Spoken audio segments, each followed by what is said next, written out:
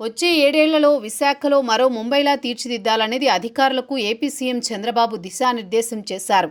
ఇవాళ అమరావతిలో జరిగిన నీతి ఆయోగ్ భేటీలో చంద్రబాబు ఈ మేరకు కీలక నిర్ణయాలు ప్రకటించారు. వైజాగ్, విజయనగరం, శ్రీకాకుళం, అనకాపల్లి, కాకినాడ, తూర్పుగోదావరి, ఏఎస్ఆర్, మన్యం జిల్లాల్ని రీజియన్ను అభివృద్ధి చేయాలన్నారు. వివిధ ప్రాజెక్టుల కోసం 1,00,000 ఎకరాలను గుర్తించాలని అధికారులను ముఖ్యమంత్రి ఆదేశించారు.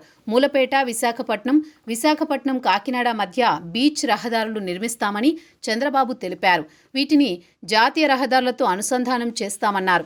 సముద్ర తీరం సంపద నిలయమని, దానిని మరింత వినియోగించుకునేలా చూడాలని సూచించారు. వర్క్ ఫ్రం హోం కింద 20 లక్షల మందికి అవకాశం కల్పించాలని ప్రయత్నిస్తున్నట్లు సీఎం తెలిపారు.